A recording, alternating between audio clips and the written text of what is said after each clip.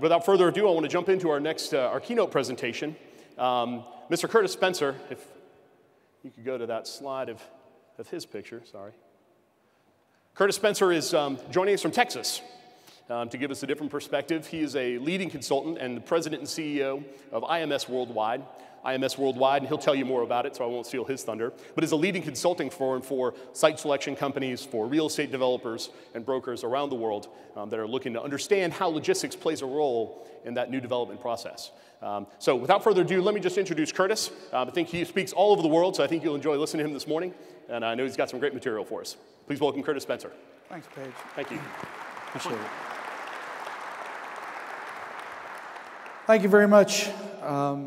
Usually I have a lot smaller audience and we get to ask questions, but Paige said, no, we have to wait till later. So I want to talk about logistics, but how many of you, first of all, is there any UPS people in the room?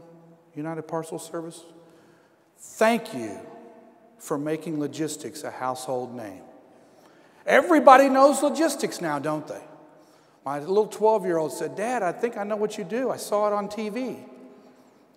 So I want to thank UPS. That's a great tagline, and it's really good to have a common way of explaining what it is that we do, moving goods from here to there. So if we can get the slides up, I want to move through this real quick. I'm going to have the hook brought out in a few short 30 minutes, so I want to make sure I get on this quick. All right, so real quick about ourselves. We've been in the business since the late 60s. I joined my dad's firm in 1977, and those dots represent different projects that we've done around the U.S., both in the foreign trade zone and customs world as well as in logistics.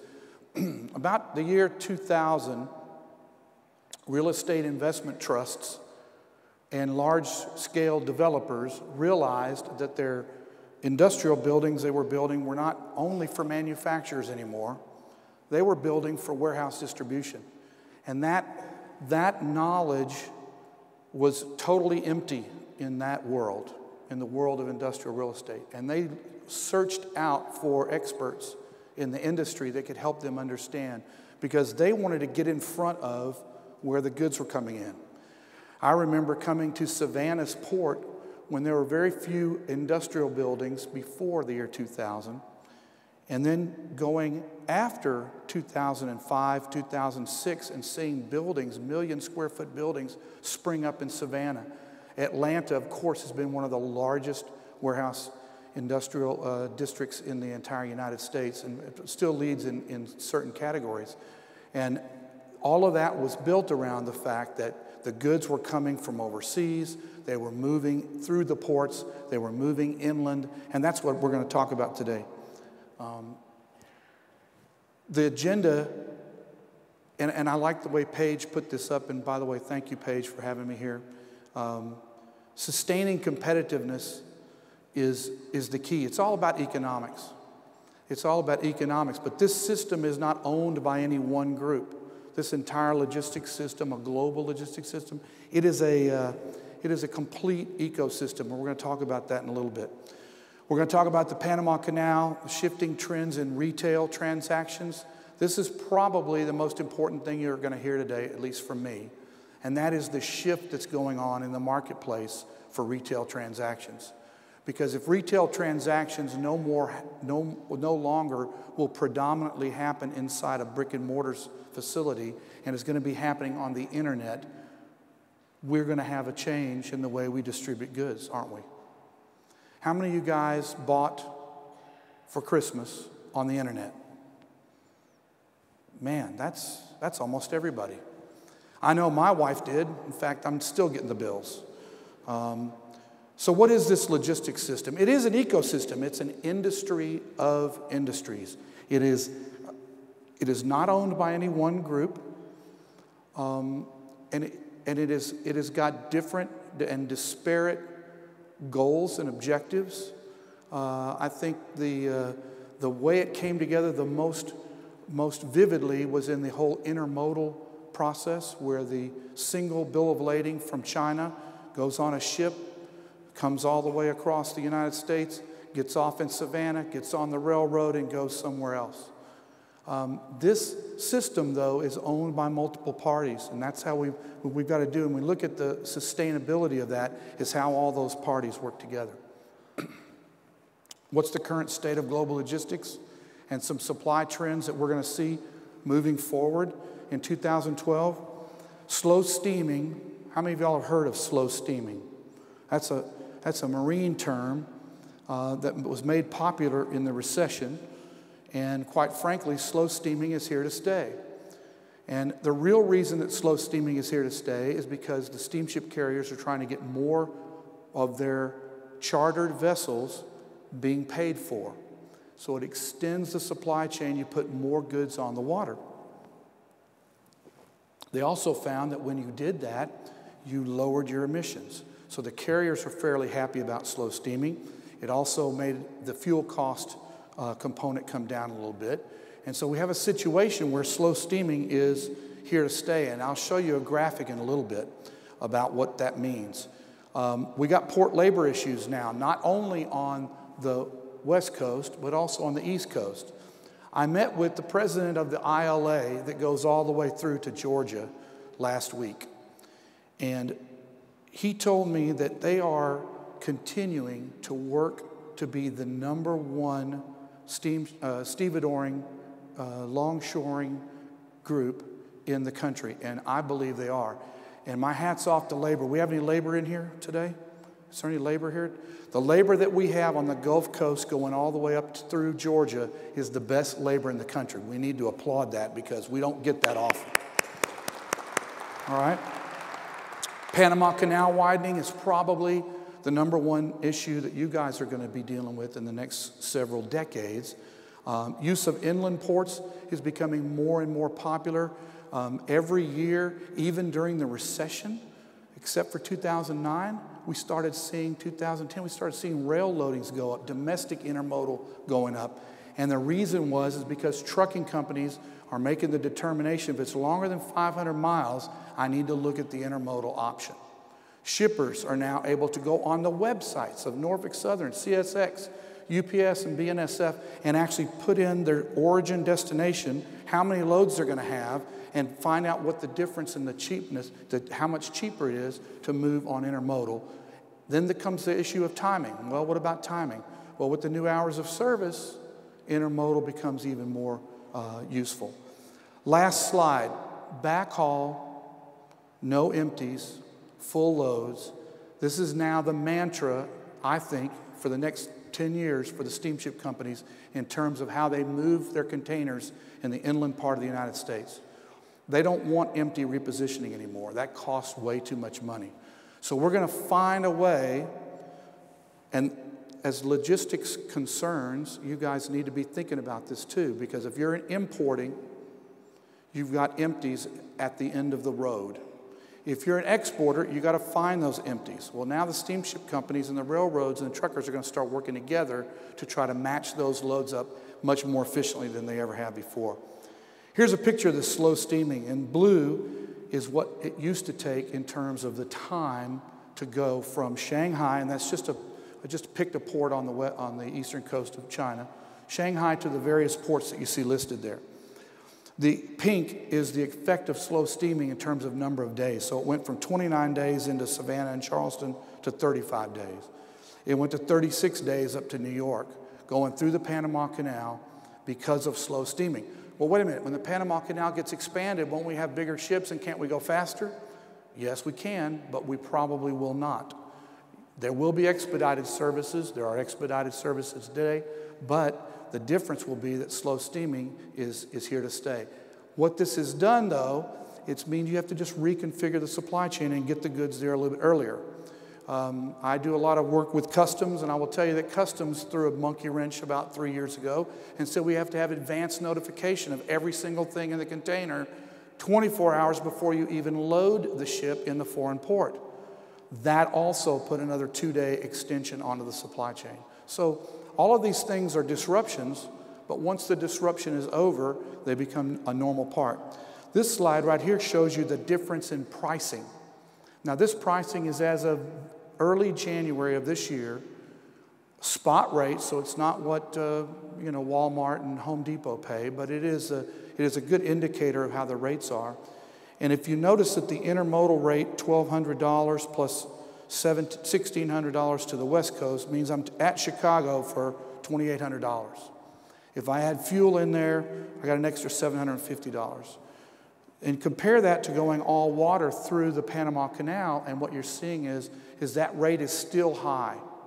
In 2004 and 2005, it was actually cheaper to go all water. But through the recession, coming out of the recession now, we're seeing that this is not the case, and the pricing is the key issue for shippers right now. It's as the price per container goes down, unless you're moving iPads, if you're moving Barbies or you're moving tennis shoes or apparel, you're really concerned about that price per container. And so this pricing issue is going to keep shippers using a very good mix of both intermodal and all water. This is the slide that I'm so happy to bring to you, and our firm keeps this updated on a month-to-month basis. The AAPA, the Association of Port Authorities, will give you the statistics a year late, but this is right now today's statistics. And what I want you to look at is that light blue line. I got a laser pointer, but I'm not sure it's working. There it is. This light blue line right here, that's Savannah, that's Georgia. And look what it's done through the recession. It is absolutely phenomenal what's happened through the recession. Huge dips, LA Long Beach, a dip there in New York, New Jersey, which hasn't really come back yet. And the Port of Savannah, and I got to give my hats off to Curtis Foltz. Is he here in the room today? Somebody from the Port Authority of Savannah, they're here? No? Well, great job at the port in sustaining this growth level. That's huge. The other port that is of interest there is Houston. Houston is at the bottom red line that goes, let's see, where am I here? And moves that way. Now, if you look at all these ports, the two that have done best in the not LA, not Long Beach, and not New York, has been Savannah and Houston. Why do you think that is, besides the aggressive marketing that those two ports have done? It goes back to what I was talking about in terms of a trend. The best matched ports in the marketplace today for exports and imports is Savannah and Houston. What happened during the recession? Did we have more imports during the recession? No. Did we have more exports because of our dollar and our ability to sell? Yes. And that made the difference. So that's, as we start to grow out of this and get a little bit more momentum, we want to always push for those exports because that's what keeps us balanced. Panama Canal. You all know about the 2006 referendum that created an expansion pool of money that the Panama Canal Authority had. Completion date looks like it's going to be 2014. They had a little bit of labor unrest in the last couple of weeks. But this is the reason that you had a Panama Canal expansion. That's a 109-foot vessel going through a 110-foot lock. Not a lot of room, is there? And this picture is a picture of what the Panama Canal will look like when completed, which is a whole new set, if you will, over on this side. That's the existing locks. There's a whole new set of locks that we could put much, much larger vessels, as large as 12,000 TEU vessels. That TEU is 20-foot equivalent. That's the way ports keep the track of the goods coming in and out for containers. It will handle much larger oil vessels, much larger bulk vessels. The dollars on oil are about $1 per metric ton cheaper transportation, about $1.25 for bulk transportation reduction. The jury is still out on how containerized cargo will be affected, but we do expect to see some benefits. So, how will East Coast ports benefit? We're going to still see increasing trade, I think, on the Suez Canal methodology, but watch out for pirates is the last part of that bullet. I think that we're going to have to station a lot more of our Navy there to maintain order in the Suez. It's only going to get worse before it gets better, and it's already causing a little increase in cost. I think Brazil and Chile increased South American trade is going to be a real good boon for this East Coast port growth. GDP growth is probably the most important thing. Everybody make a note. Go out and buy another TV and another set of Barbies tomorrow so we can have more throughput. Okay? We got to have more buying power from the American public. GDP has to grow. Second thing is that you guys on the East Coast are the entree to that 300-mile swath of land that carries 60% of the buying population of the United States. Never forget that. That's the greatest thing that we have going for us is our geography here. And the point with that is that if we continue to make the infrastructure improvements, we will land the cargo. West Coast ports, there's been a lot of talk about whether West Coast ports are going to die off after the Panama Canal. And the most current thinking, I believe, that's accurate is that it's going to be a balance. That will be a small shift in Asian traffic that shifts through the Panama Canal. Right now it's about 50-50. It'll probably go, 52-48. It'll probably go closer to 50-50, which is an increase of 2% of the total overall TEU throughput. And again, the ports that have the highest level of exports are going to be the ports that are going to get matched up. I think that we'll continue to see intermodal growth, but that line of demarcation, that line of equalization is probably going to move a little bit further west. All right, let's talk about inland ports. Once you get the goods to the port, you got to get them on a rail or a truck and move them through. This is just a quick graphical representation for my friends in the railroad industry here. This is not your routes, so don't get upset with that. Notice that Dallas route, by the way. There's been a new branding by both BNSF and Union Pacific of going through Dallas now and all the way to Atlanta on intermodal. And that new branding, to me, is excellent because it allows Central Georgia and the shippers and the importers in Central Georgia to choose their pricing. And that's very good for your economic development efforts. But all the West Coast railroads end up sending the goods towards the center of the country because when we split the country under the STB in terms of rail capabilities, you have two Western railroads and you have two Eastern railroads. Canadian National, Canadian Pacific also play a part in that, as you can see from Prince Rupert all the way over to Chicago. And we have Kansas City Southern here on the southern border that is looking to get into Dallas, Houston, and Atlanta. That's an interesting rail line going through the water. How did that get messed up, Paige? Okay, so obviously that goes through Houston and then gets to Atlanta. The Lázaro Cárdenas port that was supposed to be the big answer to LA Long Beach just has not been there. It has grown to 700,000 TEUs, and it's all going on rail northward, but it's going into Mexico. So this really was a market share loss from LA Long Beach going directly into Mexico through Lázaro Cárdenas. But I like the fact that Kansas City Southern has a plan to eventually get into Atlanta. Houston as a port for origination has always been a port for receiving in terms of inland ports, but it's also now becoming a port for origination with Burlington Northern Santa Fe. And there's our Savannah to Memphis, Norfolk into Columbus and Chicago, and the Jacksonville run that is being pushed all the way down to the CSX going down to Winter Haven. And I understand that process is starting to move forward, and it will be an interesting intermodal play for CSX. The reason that the inland intermodal ports are starting to grow is because this sector, from Atlanta to the south, Chicago, Columbus to the north, that sector is growing. Overlaying this slide, if you look beneath this slide of all the routes in there, that's called the megapolitan slide. The megapolitan slide was created in 2005 by the University of Virginia and IHS Global Insights to determine where in the next 25 years our population is going to grow.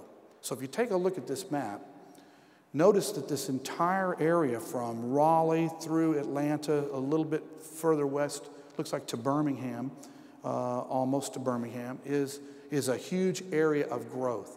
It will double the annual U.S. growth rate in the next 25 years. So what are we growing? We're growing 1% in the U.S., so that means we have the opportunity to grow 2% in this area. It's fantastic ability, and this is where the railroads are using this map to determine whether they're going to grow, where they're going to grow their intermodal terminals, which are inland ports, tied directly to the ports, which gives them the ability to move goods fast and less costly. This is a slide we use quite a bit in our site selection work. It shows a 500-mile trucking radius from the major metro areas that house industrial real estate. New York, New Jersey area, Chicago, Atlanta, Dallas, and LA Long Beach. Notice that the third best penetration is from Atlanta. The third best penetrable location is from Atlanta. As the hours of service begin to contract and we have different trucking rules to deal with, trucking rates are going to go up. And I hope I'm not stealing the thunder from the trucking panel later, but I think it's a very, very obvious thing to everybody. We have a driver shortage. We have trucking issues for safety and for pollution controls that's going to get us into the point where we're going to have to concentrate. The fact that we can reach more people in that radius is very, very important to us. The radius may shrink, but as the population map shows, we're also going to be doubling down on the population. So in the long term, we're in the right spot. This is a slide I took from APL. Gene Soroka said, yes, you can use this slide because I'm so interested in people looking at this and finding out where we want to match empties to full loads for export. Notice that what he's done here is he's indicated the wheat growing and corn growing areas of the United States, and then the brown circles are the areas where the containers come in. A couple of places that's interesting. Columbus, Ohio has 3 million containers a year coming into Columbus. They're not loading out anything except some soybeans in Marysville, Ohio. A few soybean loads are going back west. So this is a huge place to put an intermodal terminal already there for Norfolk Southern, along with some export development opportunities. Look at Georgia. Look at this huge area of growing areas in corn and other products, as well as we've got a big import component there as well. This matching is great. And here's the math. Repositioning a container from the central part of the United States to the West Coast cost $800 to the steamship company on average. $800. That price is absorbed by the importer because he's paying from Shanghai to Atlanta, right? So he's paying that $800 repositioning in the cost that he's doing. If the importer says, hey, I want to start turning my empties over to someone who's going to fill them, then my cost goes down. The exporter has capacity now to fill, because today it's still pretty tight, and the steamship company saves money too. Railroads actually make more money too because $800 repositioning goes up to $1,200, $1,400 to move a full load west or a full load east. So this map is probably the brightest thing I see in the future, especially for this region here. Shifting trends in retail. I want to get to this because this is probably the most earth-shattering news. I didn't know of this until I started working on these projects a year ago.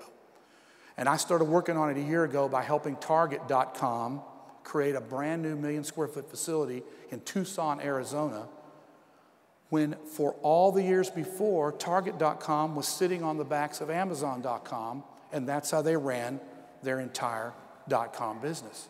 Because Amazon.com is the Walmart of e-tailing, okay? I'm gonna ask another question. How many of you guys have ever bought anything off of your cell phone? Have you purchased something off your cell phone? Wow. How about off of Facebook or any other social media? That's just coming. Oh, we got one guy in the back. One guy. It's coming, and I'm going to show you the details. So look at this retail growth is, not so bright. 3.5% down from 4.5%. GDP growth was only 2.5%. But Amazon's growth was 40%. 40%. We got e-commerce. That's the normal electronic. That's what my wife is the queen of. She holds that title, by the way, so don't anybody try to take it away from her. Actually, please take it away from her. M-commerce, mobile commerce, phones, tablets, and readers. And then we've got this social commerce. Social commerce, I don't yet understand Facebook enough to understand how you buy off of that, but it's coming. That's what they tell me. Here's the projection. By 2025, e-commerce will represent 30% of all retail transactions. 30%. Today, it's about 5 to 9%, depending on who you believe. Now, this is another Deloitte study that said that the actual transaction will reduce from 91% to 76% in brick and mortar stores in the next 5 years. That seems pretty aggressive. But what I did was I took this and I graphed this. Now, it's very difficult to see the difference, but think about the slope of the blue line is relatively flat. That's growth of retail sales projected over the next 2 decades. And yet the slope of the red line, this line right here, the slope of this red line is at a much higher rate because it's getting to that 30%. That's a phenomenal difference, folks, a phenomenal difference. Now, why will that change the logistics landscape? Well, because instead of loading a truck to go to store number 35 from my distribution center, I'm loading a package to go to your house and your house and your house. That's a totally different methodology of logistics. So the e-commerce leaders today are obviously Amazon, then Staples, Apple, Dell, Office Depot, and then Walmart. Walmart's got 17% growth in e-commerce. My son is a basketball nut. My son wanted a chill room when his older brother moved out that is all basketball. So we ordered these chairs and all this stuff, and we said, Walmart, you deliver it to my house. They said, no, we'll do you one better. For free shipping, we'll deliver it to your local Walmart store, then you go pick it up. Free shipping on that big bulky stuff, chairs and things like that for filling up a room full of we went to Walmart. Free shipping, that number is why we got 17% growth in Walmart's e-commerce sales. So this is the U.S. e-commerce projection, and you notice that rate of return is just going ridiculous, the rate of growth. Now, global e-commerce is already up to $1 trillion. How many of y'all have daughters? Who's got daughters in here? Well, my daughter just got married, and she married a musician.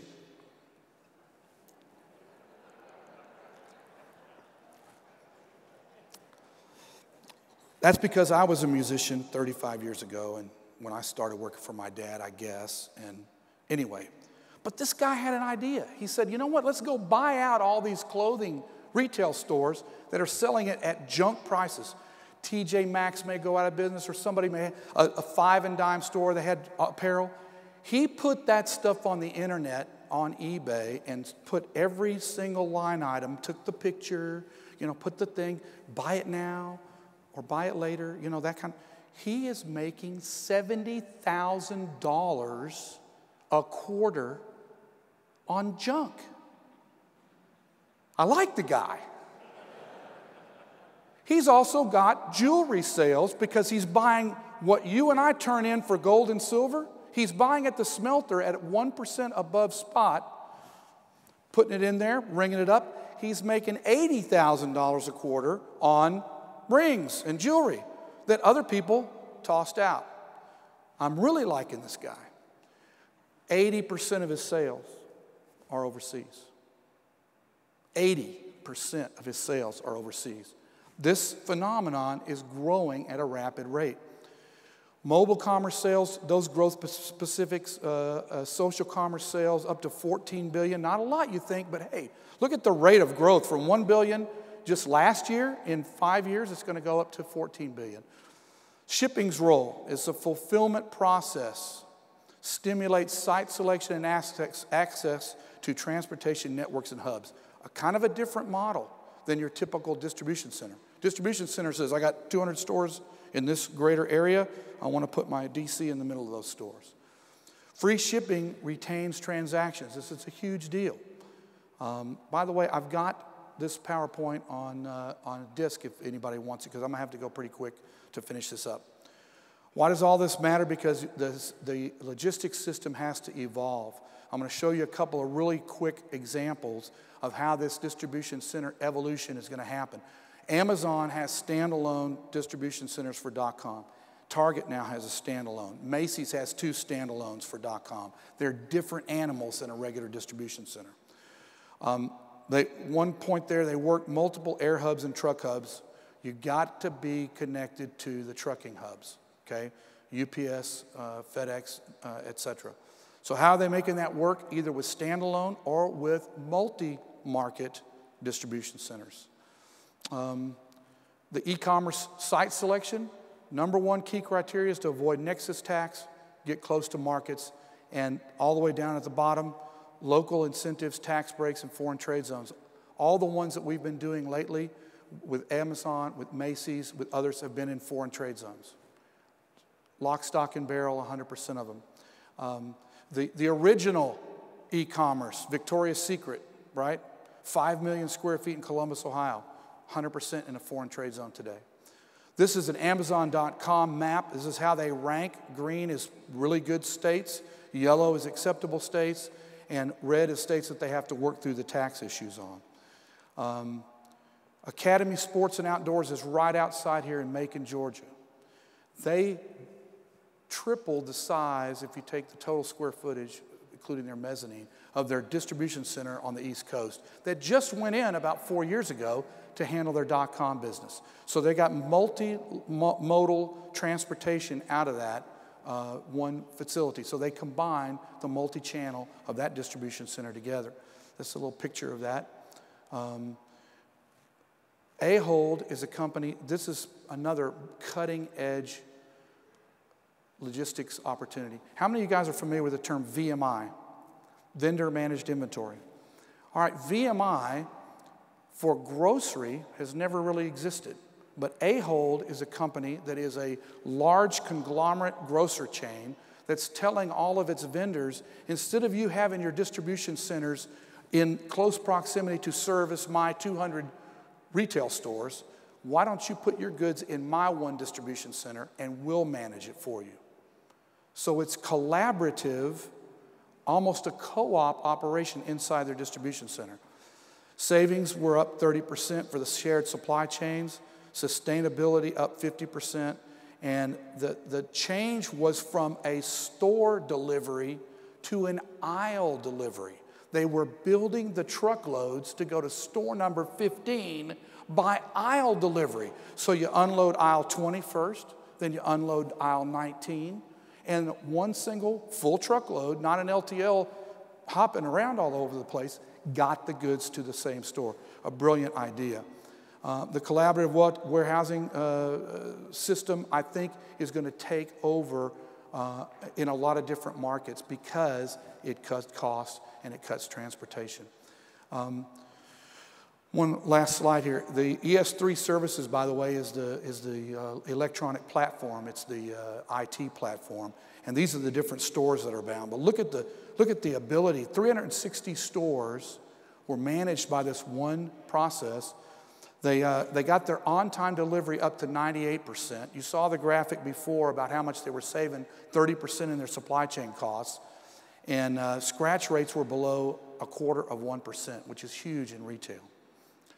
So, last thing, what are our concerns? These are serious. Fuel pricing, driver shortage.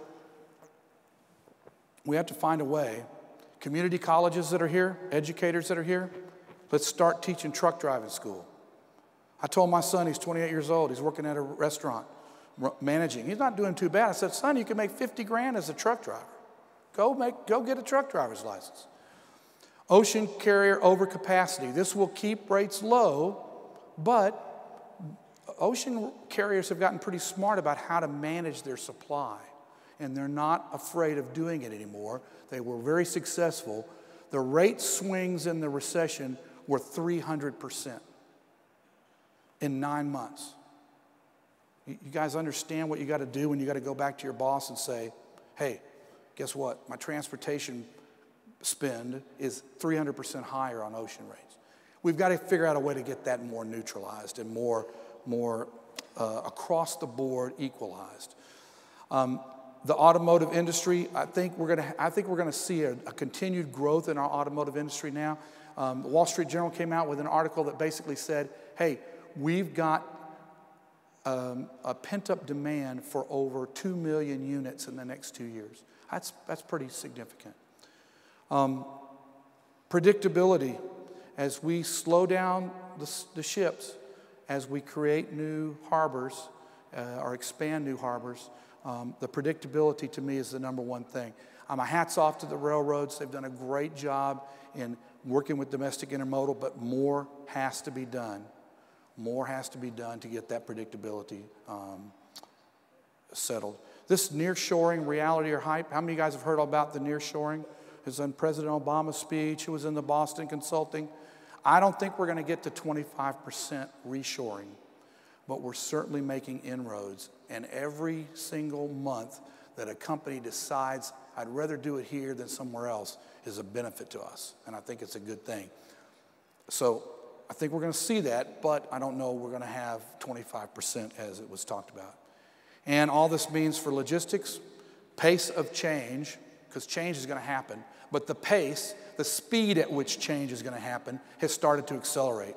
We got more and more complex supply chains. We got customs out there doing their thing on the international, which I could spend another 5 hours telling you about. But globalization in all industries is likely to occur. Did you hear Steve Jobs' response while he was still with us to President Obama? Why can't we make the iPad here? Because the supply chains all converge in and around China. It's not just about the rate in China. It's that the supply chains are all there. And the growth in E and M and S commerce is going to lead to retail and logistics sales. I don't think it's going to kill brick and mortar at all. I think brick and mortar will find a way to adapt to e-commerce. I just looked in the paper today. Macy's is going to have e-commerce nodules set up in their stores. Really a brilliant idea. I don't think it's going to kill that at all. The main thing is we've got to get Americans back to work. We got to get our paychecks in good order and knock down some of our debt and move forward. Thank you guys very much. You've been a joy.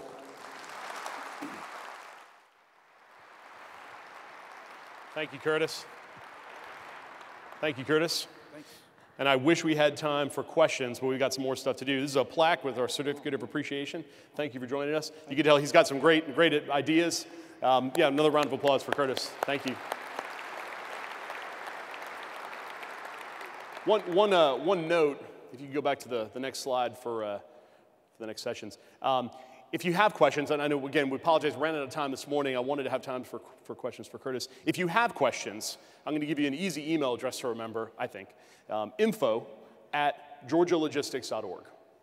Spell out the word Georgia. info@georgialogistics.org. If you have questions today, or when you get back to your offices and back to your companies, send us an email. If you have questions for Curtis, his presentation will be available, and we'll make sure we answer all those questions and get back in touch with you afterwards.